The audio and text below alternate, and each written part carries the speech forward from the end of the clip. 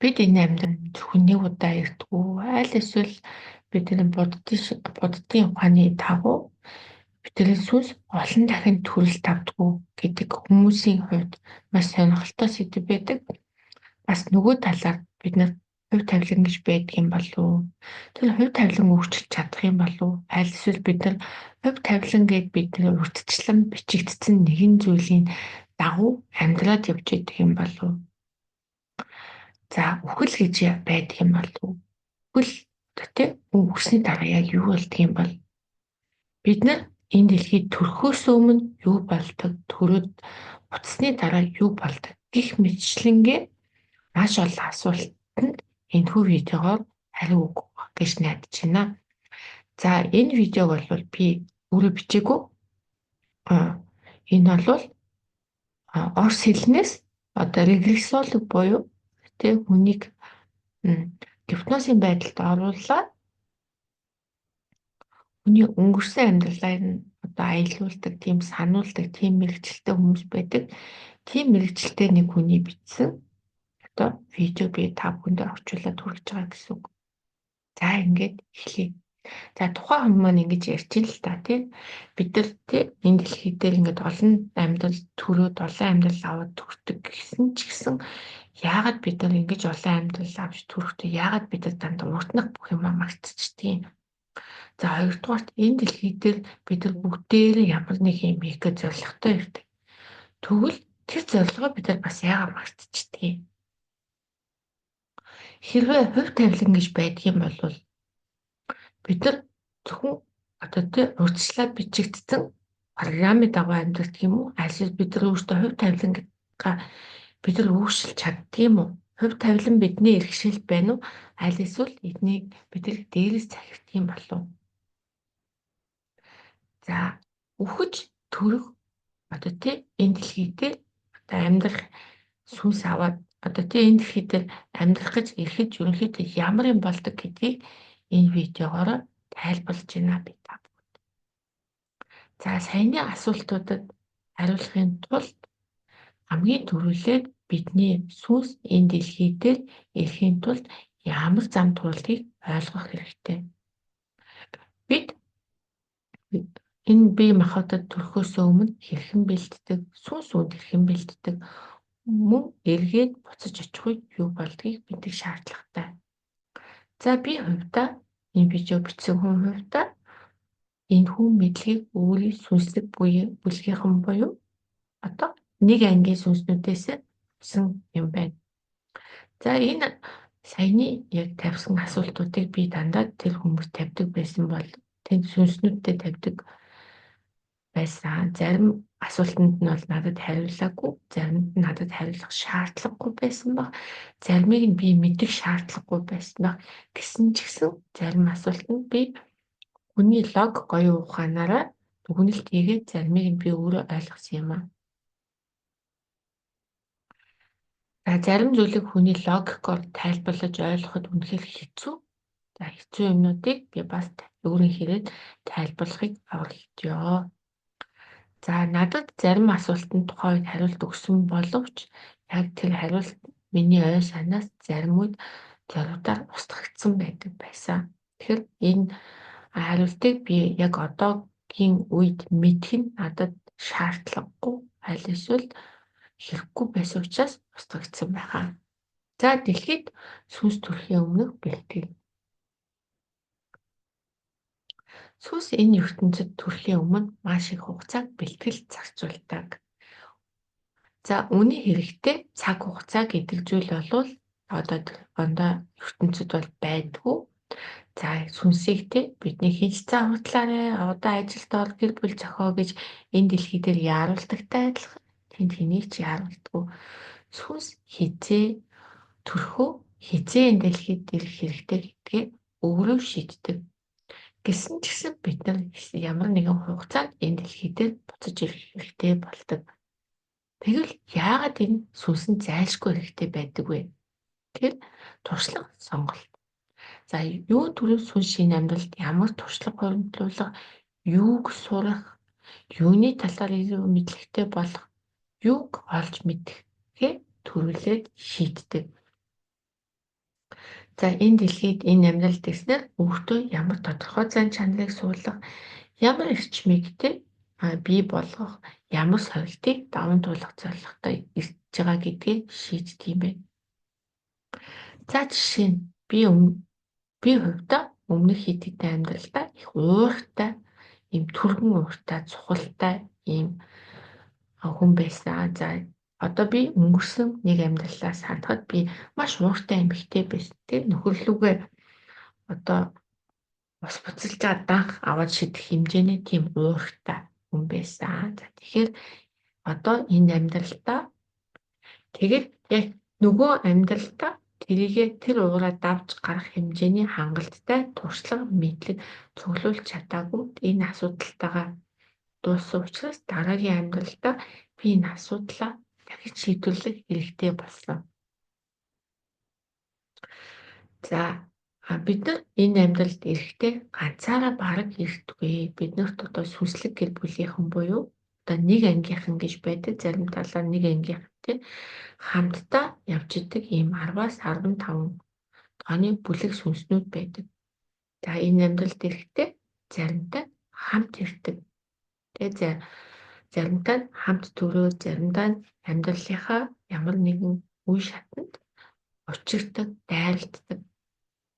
За маш цөөхөн тохиолдолд ганцаараа төрөхөө шийддэг. Хэрвээ ганцаараа төрөхөө шийдсэн бол энэ нь таны хувьд нэлээд хэцүү хүнд амьдралыг туулах шаардлагатай болдог. За амьдралын зохиолын сонголт. За дараа нь бид нар амьдрах цаг үеийг сонгодог. Тухайн амьдралаа яг одоо үед эсвэл өнгөрсөн үед эсвэл ирээдүйд амьдрахаа шийдэх боломжтой. Учир нь сүнсний ертөнцид цаг хугацаа манай дэлхийд байдагтай адилхан шулуун шугамаар явагддаггүй. Тэнд цаг хугацаа арай илүү ондоо байдаг. Энийг талаар яг хүний логик ухаанаар ойлгоход хэцүү. Үнэхээр та хэд маань сонирхыг гэх юм бол би дараа нь яг ийм талаар бичсэн энэ хүний видеог орчуулад тавьж болно. За цаг хугацаа сонгосны дараа эхлээд улс орноо сонгоно, дараа нь хүүсээ сонгоно, дараа нь гэр бүлийн орчин, ямар гэр бүл төрөх, эдийн засгийн орчин, баян байх уу, ядуу байх уу, эсвэл эрүүл байх юм уу, эсвэл эхнээсээ өвчтөөд төрөх юм уу гэх мэтлэнгээр маш бидний амьдралд нөлөө үзүүлэх маш олон зүйлийг сонгодог. Дараа нь бид нар биеэ сонгодог. Бид нар амьдрах биеэ мөн сонгодог. Бидэнд эхнээсээ нэг биеийг за энийг сонгоод өгдөггүй хэд хэдэн хувилбарыг санал болгодог.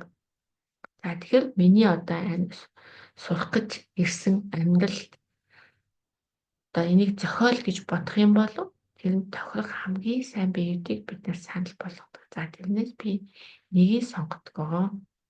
За тэгээд дараа нь бие махбоддоо дасан зохицох хэрэгцээ гардаг. Тэгэхээр сүнс өөрийн биеийг ирээдүйн биеийг урьдчилж харж болдог.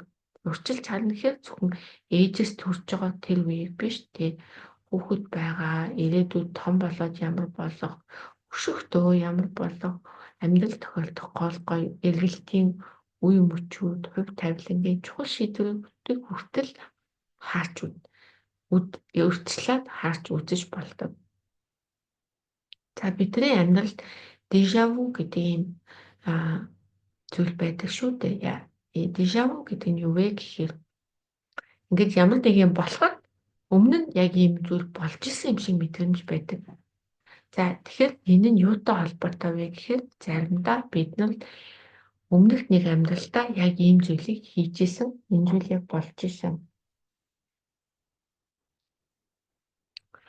Аль эсвэл миний амьдрал яг өмнө зохицсон сценарын яг нөгөө амьдралынхаа зохиолын дагуу явж байна гэсэн үг. За ингээд бие махбодтой орох үйл явц маань өсвөс бие махбодод одоо шууд явж ордгүй юм байна. Эхний 5-7 хоногт тархи нурууны мэдрэлийн тогтолцоо хөгжиж эхэлсний дараа хүний бие одоо сүнстэйгээ холбогдож эхэлдэг юм байна. Одоо ээжийн гидсэнд байхад гэсэн үг шүү дээ, тийм. Тэгэхээр энэ бол хаажмаар явагддаг.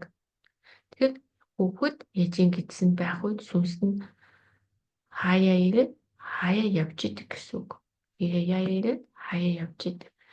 За бүр тэгээд ээжийнхаа гидснээс гараад энэ дэлхий дээр хүн болоод мэндэлсэн ч гэсэн сүнсний биетэй холбогдох холбоо нь хараахан тийм бат бөх бүрэн тогтоогүй байдаг.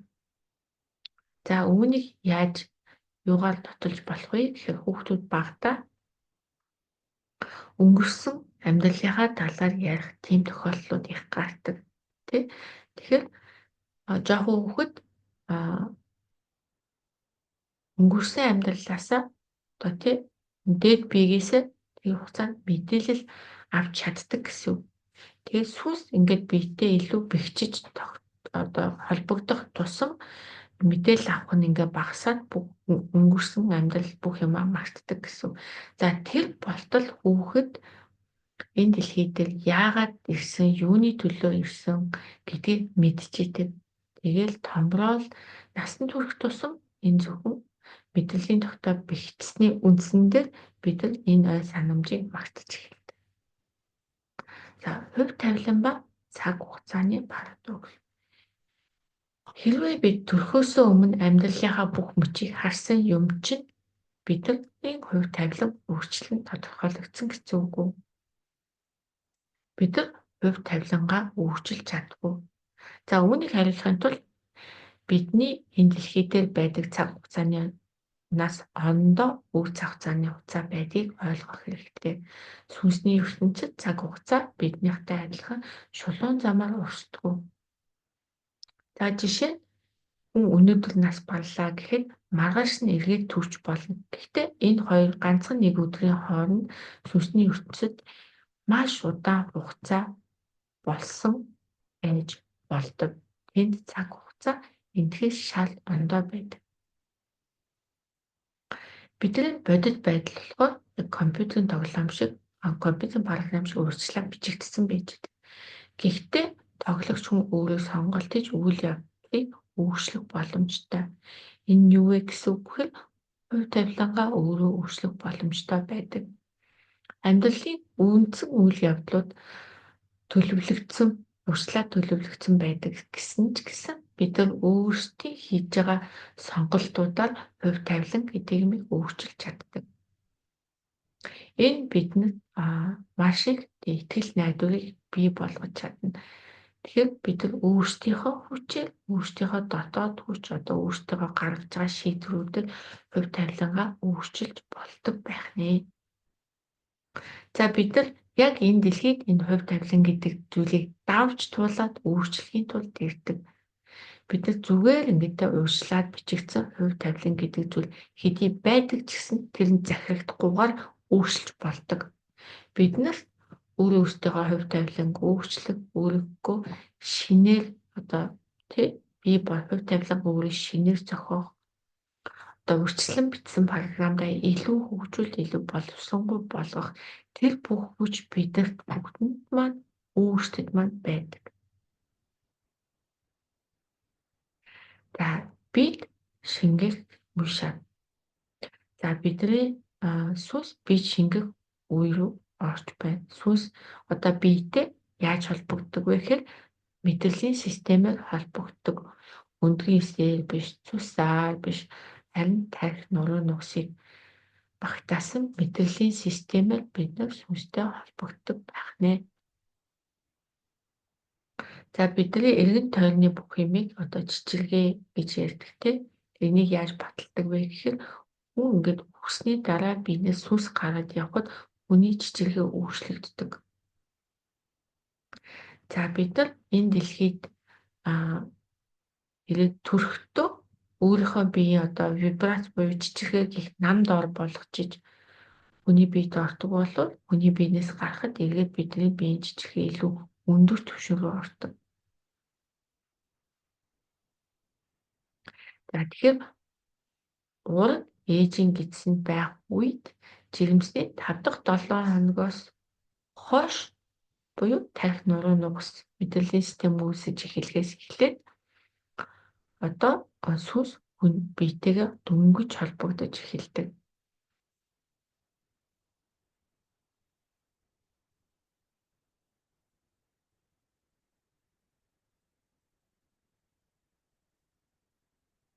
За түрүүн цаг хугацааны тухай ярьжсэн шүү дээ тий. Одоо сүнсний ертөнцид энэ дэлхийтэй адилхан цаг хугацаа болон шулуун шугамн чиглэл явдаггүй. Тэнд бол шал ондоо байдаг.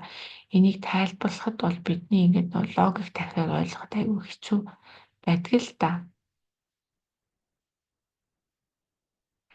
За нөгөө талаас бас бид нар энэ амьдралд ирэхдээ маш олон зүйлийг мартчихж ирдэг. Биднэрт одоо тий сөхөж болдоггүй нууцын хөшиг юм гэж байдаг. Тэгээд зарим мэдээллүүд бидний яг энэ хүний амьдралд байж хад хэрэггүй, санах шаардлагагүй тийм мэдээлүүд байдаг. Яагаад гэвэл тэрийг ингээд тэр мэдээлүүд бидний логик тархинд зориулагдаагүй байж болдог. За бидний физик орчлон ертөнц бол энерги гэдэг юм дээр үндэслэгдэж явж идэг. За нөгөө талаас аваад үзэхэд одоо манай дэлхийн гал үүсд эхлэхээс ахуулаад дуустал бүх юмыг бичигдсэн одоо бүх юм урьдчилаад төлөвлөгдсөн бичигдсэн гэдэг бас ийм үзлүүд бас байдаг.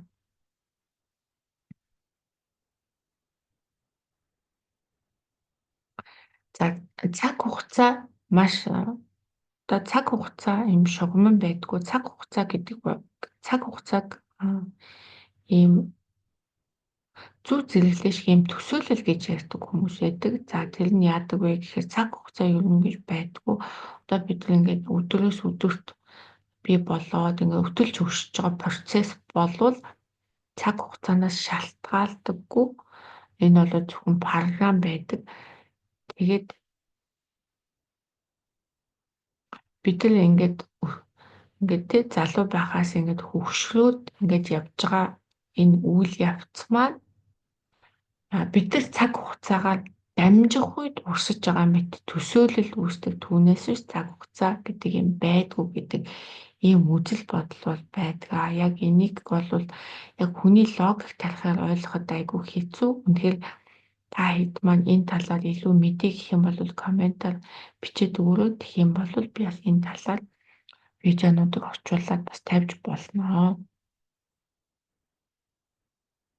За хэрвээ одоо тийм миний хувь заяа гэж урьдчилаад бичигдсэн байдгийн бол тэгвэл энэ хувь заяаны зайг одоо эдлэхээр энэ дэлхий дээр чинь туршлагыг одоо үзэхээр зөвхөн би ч биш надаас ондоо сүнснүүд яг энэ амьдралын одоо зохиол буй сценарид амьдарч болно. Тэр нь 2 3 надтай адилхан сүнс дахиад одоо секундын зөрүүтэй, минутын зөрүүтэй яг ийм амьдралаар амьдарч бас болдог. Тэгэхээр яг энэ ойлголтыг хүний логик тарихаар багтаахад айгүй хэцүү. За одоо тэгвэл дараагийн гол асуултанд орё. Үхлийн дараах амьдрал гэж байдаггүй. Үхлийн дараа ч гэсэн амьдрал гэдэг үргэлжилдэг. Бидний дэлхийд нэг бус удаа амьдрал авч ирдэг гэдгийг дөнгөж видео хэлж байхдаа хэлсэн. Тэгээд хэрвээ тийм байдгийн бол яагаад бид нар өмнөх амьдралаа эсвэл тэтгэлийн хооронд болсон тэр ертөнцийг санахгүй байгаад байгаа юм бэ?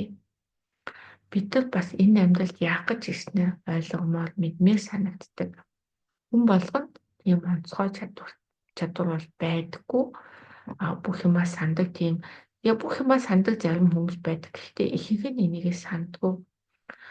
Жишээ одоо регрессолог буюу өнгөрсөн амьдралын уулзуулдаг юм. Гипнозд орж байгаа тийм өнгөрсөн амьдрал руу одоо сануулдаг тийм хүмүүсээ тийм хүмүүсийн тусламжтайгаар санаж болдог. Альсэл үздэг хардаг хүмүүстэй очиж үзүүлж байгаа энэ тухай бас мэдээлэл авч болдог.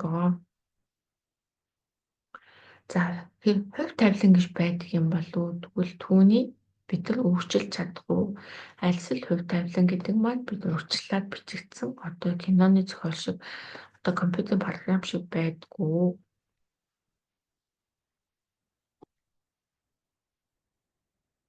Энд бас тийм үгүй ч гэж хариулж болно.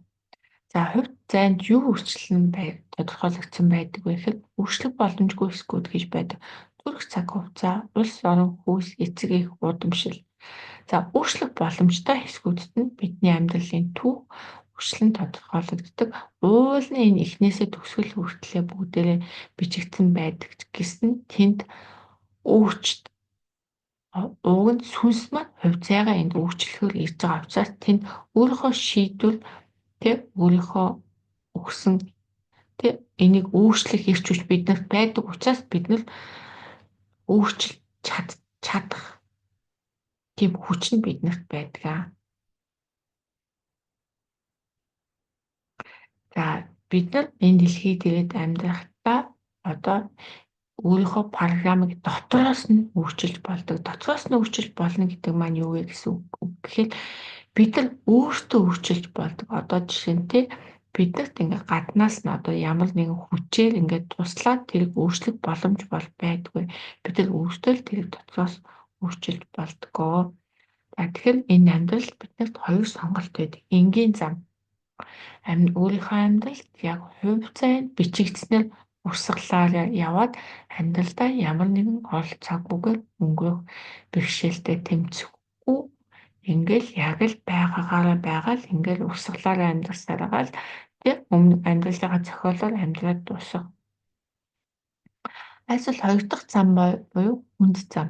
Өөрийнхөө хувь зайд идэвхтэй оролцоод өөрийгөө өөрчлөв. За жишээ нь архинд дондох өвчтөө тийм програмтай бай гэж бодоход өөрөө хичээсээр агаад архинд донтолтоосоо гараад өөрийнхөө хувь зай гэрчлэх боломж хүн болгонд байдаг гэх мэтлээ.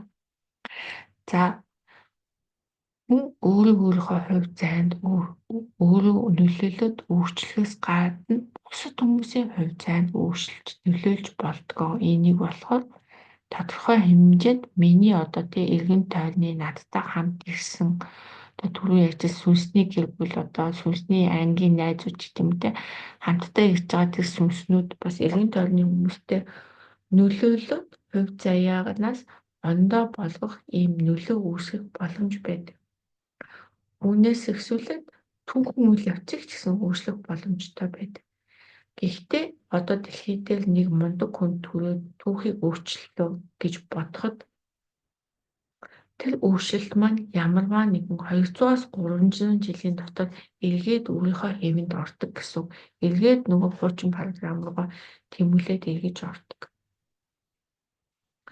За бас нэг чухал юм нь хувь зайгаа сайжруулж болдог, бас муутгаж болдог. Тэгэхээр тухайн хүн маань өөрийнхөө амьдралдаа хариуцлагатай эзэн болоод яг энэ амьдралынхаа хувилбарт идэвхтэй оролцоод түүнийгээ сайжруулахад хамгийн өндөр амжилт гэж тооцогддог. За би тараа энэ дэлхий дээр тодорхой туршлагыг бий болгох гэж тодорхой зүйлийг их үүрэгтэй ирдэг гэж ярьсан боловч бас дахиад нэг энэ дэлхийд төрдөг шалтгаан бид нар энерги сэргийлэх гэж ирдэг. Учир нь байнгын амар тайван сайн сайхан байд сүнсний энергийг унтуулдаг. Тэгээд сүнс олвол нэгэн ийм зогсонг байдалд байж чаддгүй. Тийм учраас энерги илүү хөдөлгөөнд оруулах, илүү сайжруулахын тулд ямар нэгэн байдлаар хөдөлгөөнд оруулах хэрэгтэй болдог. За сүнс ингээд энерги зогсон байдалд орохоор агшигдаж, хумигдаж эхэлдэг юм байна. Тэгэхээр ямарваа нэгэн тодорхой илүү дээшлэхийн тулд дахин төрдөг. За тэгжээ тэр замаар одоо өөрийнхөө сүнсний энергийг одоо сэргээдэг, энийг эрчимжүүлдэг, илүү хөдөлгөөнд оруулах тэгж боломж нь үүсдэг юм байна. Гэхдээ чи заавал энд төрөө одоо чи ингэсэн байна гэдэг юм бол байдгүй. Яг ирэх гэж байгаа сүнс маань өөрөө хүсээд энийг хийж ирдэг гэсэн. За сүнсний ертөнцид зогсон байдал гэж байхгүй. Зогсон байдал байх юм бол дөрөтөд энерги алддаг.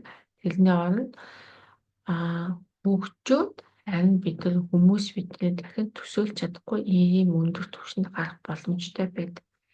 Тийм учраас бид нар энэ хэцүү мөн зарим талаар ийм харгас ертөнцид ирж энерги стресс, өвчин, баяр баясгалан, хайр, уй гашуу, аз жаргал гэх мэт мэдрэмжээр дамжуулж чөлөөлөхийн тулд энд ирдэг. Манай энэ ертөнцийн саяны нэрсэн бүх зүйлүүдээр дүүрэн байдаг. Ийм зүйлд оролцсноор сүнсний нэрийг задагч шин нүнг аясаар тоглож эхэлдэг. Энэ яг цөмийн уралтай адилхан байдаг. За сүнс манай дэлхийд бүх юм ингээл эмоц, маш олон төрлийн эмоцоор, үйл явдлуудаар дүүрэн ингээд буцалж амьддаг бол сүнсний ертөнцид тийм зүйл байдгүй. Ийм тогтмол нэгэн хэвийн байдаг юм байна. Тэгэхээр тэр нэгэн хэвийн байдал ингээ удаан байгаад эхлэхээр хумигдаж эхэлдэг. Тийм учраас манад энэ дэлхийд төрөөд дахин шин өнгөөрөө мэдрээд энэ одоо сүнсэндээ хөгжил болдог юм байна гэж би хувьдаа ойлголоо. За ингэж хүний ертөнцид төр бүрт одоо сүнсний хувьд бол хүч чадал мэрэгэн ухаан нэмэгдчихэд юм байна. За түрүүн би ярьжсэнтэй яагаад бид нар өөрийн ертөнцийн зорилго, даалгавар, өнгөрсөн амьдралаа бүгдийг сандгүй юм бэ гэхээр энэ болгоныг санаад байвал одоо бидний амьдрал гэж яриад байгаа тоглоом маань утга сүнсэнд ашиггүй болно. Яагаад тэгэхээр бид нар амьдралын дүрм тэзээ тийм болно, тэр үед би ийм шийдэл гаргавал энэ нь өөрчлөгдөн гэдэг бүх зүйлийг мэдчихэдэг учраас амьдрал удирдахтай болдог. За одоо сүнсний ертөнцийн талаар бүх зүйлийг санддаг байсан бол одоо юу болохыг төсөөлөд үз. Бид маш гайхамшигтай хайр дүүрэн сайн сайхан байдал, амар амгалан байдал донд байж исэн чинь өөрийнхөө сүнсний гэр бүлийн дунд ямар сайхан байсан. Тэгээд одоо энэ амьдралтайгаа харьцуулаад үзэхээр ингээд бидний бид маш давчуу, тав тухгүй ийм хэцүү газар эргээд буцаад явж болохгүй ингэж хоригдож яагаж ирснээ гэж мэдхээрээ биднэрт сэтгэл санаа тэсхийн аргагүй байдал үүсэх учраас энийг мартуулцдаг. Тэгээ мартуулахаа бид нар өөрсдөө сонгодог гэсэн. Бид нар яг энэ хэцүү байдлыг тэсгэд аюу хэцүү байдаг. Та ингэ бодоод үзтээ диваажингаас татгалзаад цонхгүй, хаалгагүй, хэвтэж болдгоо, босч болдгоо ийм хүүтэн чиглэг өрөөнд хэн өөргөө харах гэж зөвшөөрсөн юм бэ гэд бодохоор маш хэцүү байдаг. Энэ хоёр шалтгаанаар эхлээд бүх сүнсүүд өөрийнхөө болон өөрийн гэрийн талаар дурсамжаасаа зориуд татгалздаг. За одоо өмнөх амьдралаа санддаг байсан бол гэж төсөөлөөд үзье. Тэгээ сүнсний ертөнцийг яг мартчихжээ. Тоглоомын дүрмийг мэдгүй нэ. Одоо хайртай гэртээ нөгөө гой сайн сайхан байдал руу босож уруу татагдахгүй нэ. За тэгвэл яагаад уртх амьдралуудаасаа бид нар санаж болохгүй гэж бид нар яагаад гэвэл өмнөх төрөлтүүдтэй онцгой мэдлэг туршлагыг хуримтлуулсан байгаа шүү дээ. Тэр хуримтлуулсан мэдлэг туршлага маань яг одоогийн нөхцөл тустай байж болох байсан. За одоо өмнөх амьдралууд ямар байсныг төсөөлөөд үзье.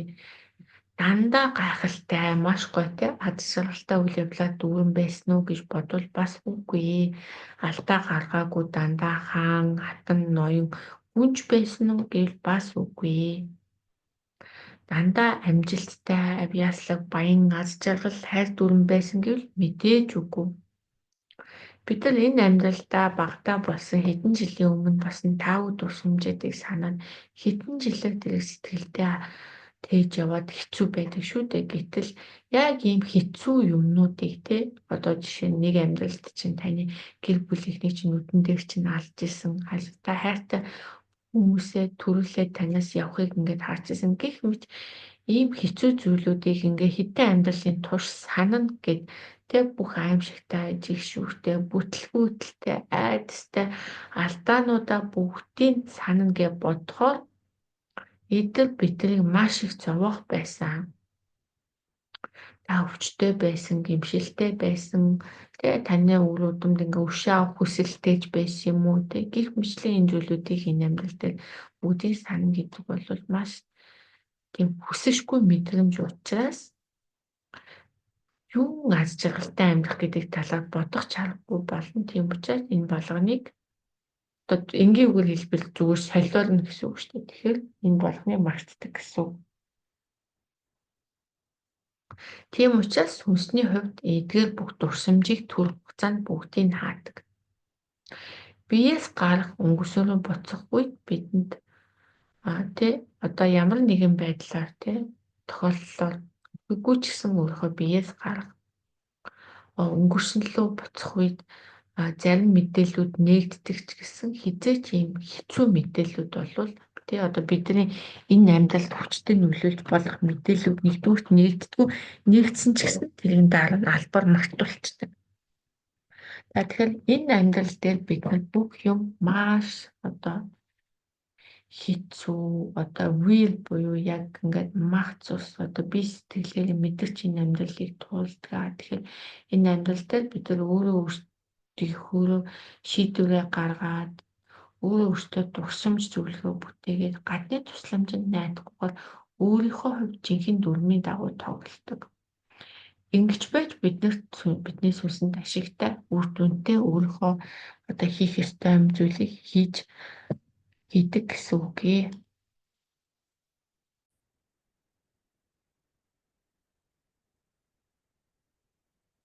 Үхлийн дараах амьдрал гэж бас байдаг.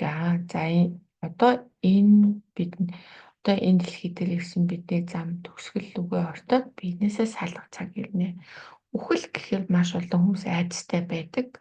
Одоо би танд тайлбарлаад ирэхээр энд аимшигтай зүйл байхгүй та мэднэ. Энэ бол бидний сүнсний тулдаг олон процессын нэг юм. Төрөх процесстэй адилхан энэ маш олон зүйлээс бүтдэг.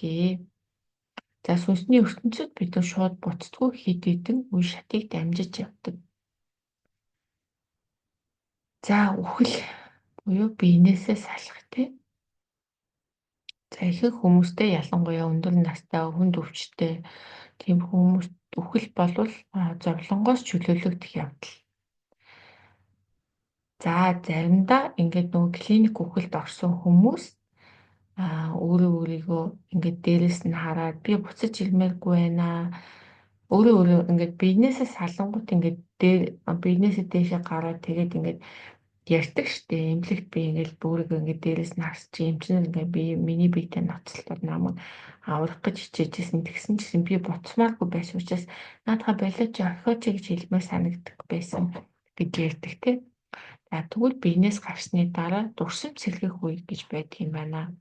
Тэгэхээр тэр үхэл болдоо түүний хүлээн зөвшөөрсний дараа энэ амьдралын бүхэл дурсамж иртгээ. За энийг клиник үхэлд орсон хүмүүс бас ингэж ирдэг. Ингээд өссөний дараа миний бүх амьдрал нэгний өмнө бусаж өнгөрсөн гэж ирдэг тийм.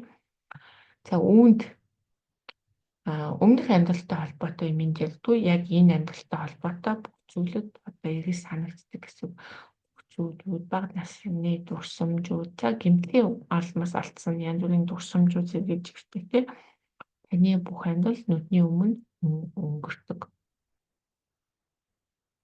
За үхлийг хүлээн зөвшөөрөх нь дараах зүйлээс хамаардаг юм байна. Тухайн сүнс хэр туршлагатай сүнс их олон төрлийн зөвхөн төрлийн за нас барсан хүний сүнслэг хөгжил нь хэр байсан үхлийн дараа юу болохыг мэдчихсэн буюу бэлэн бус байдлаас шалтгаалаад хүн үхлийг хэр хүлээн зөвшөөрөх нь хамаардаг байна. За сүнс ингээд төрөөд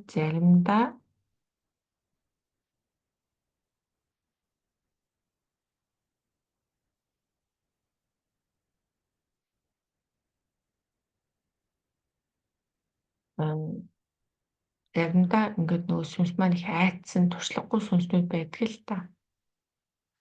Тэгэхээр тэн дээр болохоор төрөл саднууд нь тэр хүнийг ухтан ярьж чаддаг. За би түрүү ярьжсэнтэй үхэл гэдэг үхлээс бол маш олон хүмүүс айдаг. Нэгдүгээр энэ дээр юу гэж хэлмээр байна вэ гэхээр нэгдүгээр үхэл гэж байдаггүй. Түүнээс айхаггүй. Үхэл гэдэг нь болохоор нөгөө талаас бидний гэртээ буцаж очих нэг шат юм аа. Хоёрдугаар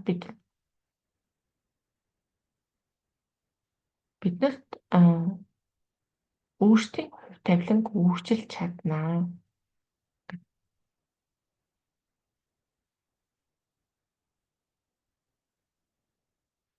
За тэгээд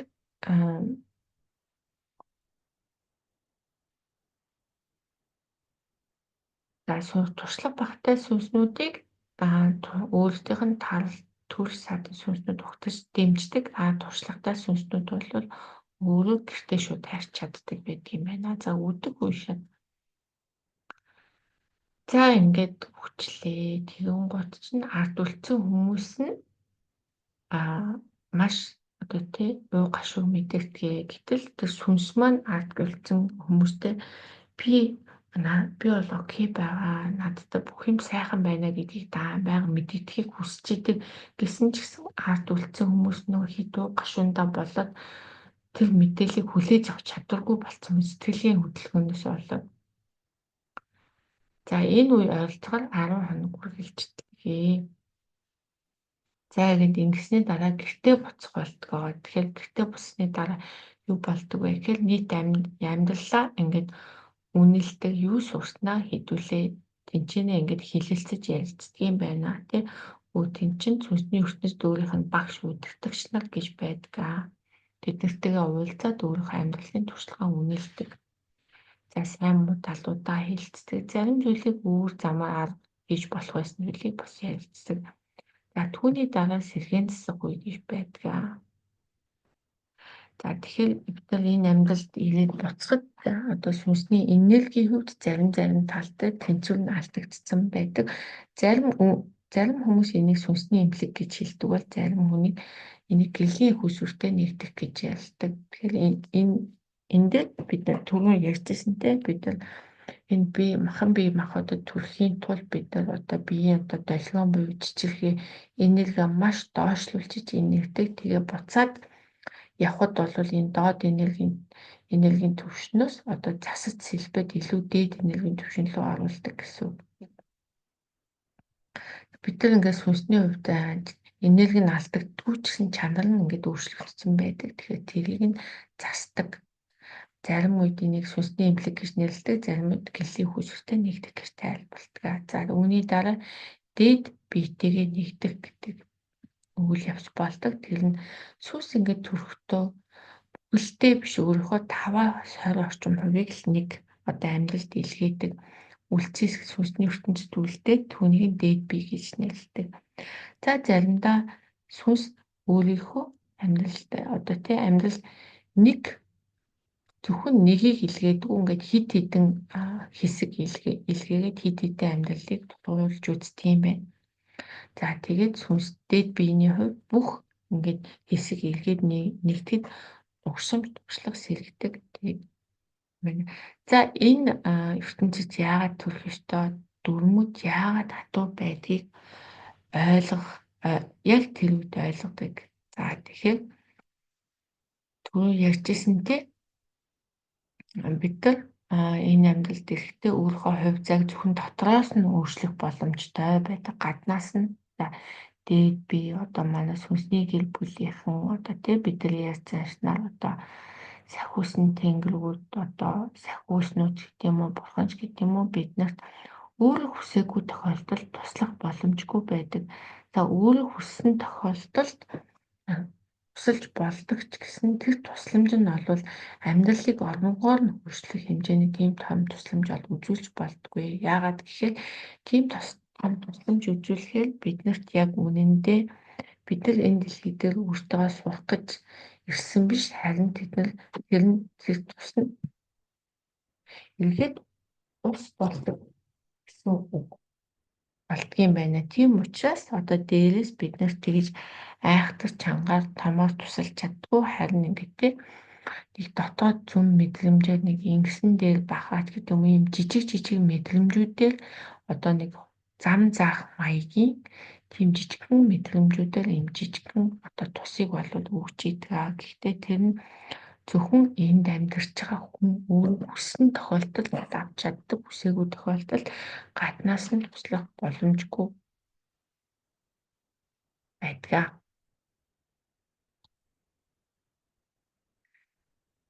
За сүнс ингээд нэгэнд бүрэн бүтэн болсон үедээ өөрийн төрөл садны бүлгэмдээ гэртээ иргэн сүнсний ертөнцид дахин төрөх шаардлагатай хугацааг өнгөрөөгөө дахиад төрөх бэлтгэлээ хангадаг.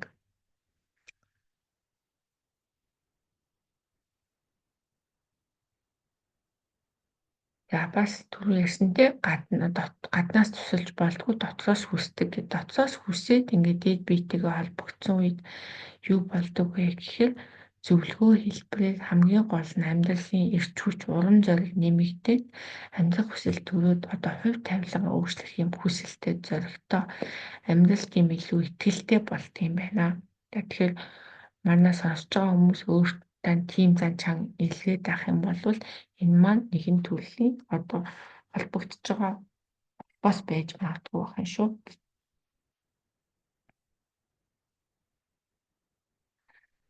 За ингээд нэг ингээд амьдрал ингээд дуусаад бид нар эргээс хүнстэйхээ гэр бүлтэй очиод ингээд бүх юм болчлоо гэж бодоход дараа нь хэсэг хугацааны дараа нь ингээд дахиад төрөх бэлтгэлээ хангаж эхэлдэг. Тэр үедээ яадаг гэхээр за одоо миний одоо тий ямар хэсэг ирч хүч надад ямар туршлага одоо ямар туршлага хэрэгтэй вэ? Би юу сурмаар байна гэсэн үедээ тэг аль хэсэг эрчим хүчний аль хэсэгт хоцорсон боловсруулалт хийх шаардлагатай гэдгийг ойлгох үедээ сүнс болгон дахиж ирэх хүсэлтэй болдго юм байна. За тэгсний дагуу дахиад нөгөө бүхэл бүтэн урт төвөгтэй урт замыг дахиж даваад ингэж дахин төрөх үйл явц болдгоо. Тиймээс энэ амьдралыг одоо тий сургууль аль эсвэл тоглоом хөгжүүлэн тоглоом гэх юм бүх зүйл компьютерийн програм штэ энэ бол матрикс штэ гэж ярьдаг хүмүүс байдгаа. Тэгэхээр энэ нөгөө талаасаа бас үний юм аа. За энэ тоглоомын дүрм, хуулиуд яг энэ бүхийг одоо хүний логик тайхаар ойлгоход бол хэцүү. Гэхдээ дэлхийн бид нар яг тэр сүнсний нөхцөлд бол бидний юмыг ойлгох хэд бидний логик тавих бол бидэнд туслахгүй. Яг тэр логик тавих гэдэг маань энэ дэлхийн энэ амьдрал зориулагдсан зүйл. Тэгэхээр энэ дэлхийн амьдрал бол сургууль гэж ярьдаг. Энэ сургууль бид нар ирээд маш сайн сураад өөрийгөө илүү таниад ойлгоод тэр туршлагаа хуримтлуулад тэг өөрийнхөө давах ёстой даваануудыг даваад хичээлээ хийгээд хүмүүс ингэж өөрчилж чадах юм бол бид нар энэ амьдрал дээр маш их сайхан амьдсан тэр зорилгоо биелүүлсэн тий гэж болж үздэг. Тэгж надад манай сүнсний бүлгийнхэн бол хэлж ийсэн. За тэд нар манай сүнсний бүлгүүдийнхэн миний зарим асуусан асуултанд ч гэсэн хариулж чадахгүй тэдний мэдгүй зүйл ч гэсэн бас байдаг. За энэ хэцүү сургуульд дээр ирж сурснаар би сүнсний хувьд бол энэ маань ингээд өсөлт болдгоо.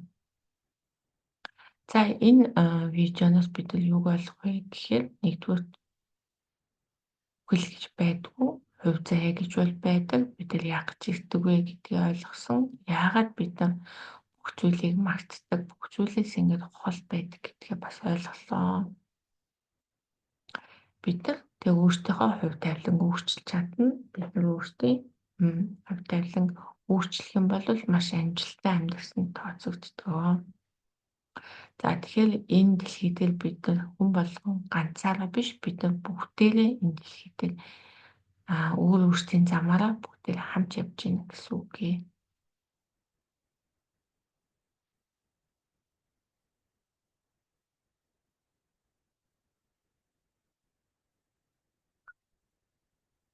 За ингээд энэ дэлхий дээр одоо болж байгаа зүйлийг гинтэй дээд биетэй холбогдож байгаа ч юм уу илүү одоо энэ дэлхийн хэмжээстээс илүү зүйлийг ойлгоё гэж бодох юм бол бидний логик тархинаас илүү бид нар зүрх сэтгэлээрээ тий зүн совин зүн мэдрэмжийнхаа тусламжтайгаар ойлгох нь биднэрт илүү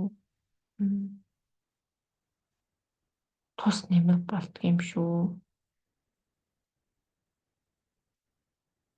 Ингээд энэ удаагийнхаа орчуулгын видеог дуусгая. Танд маань дахиад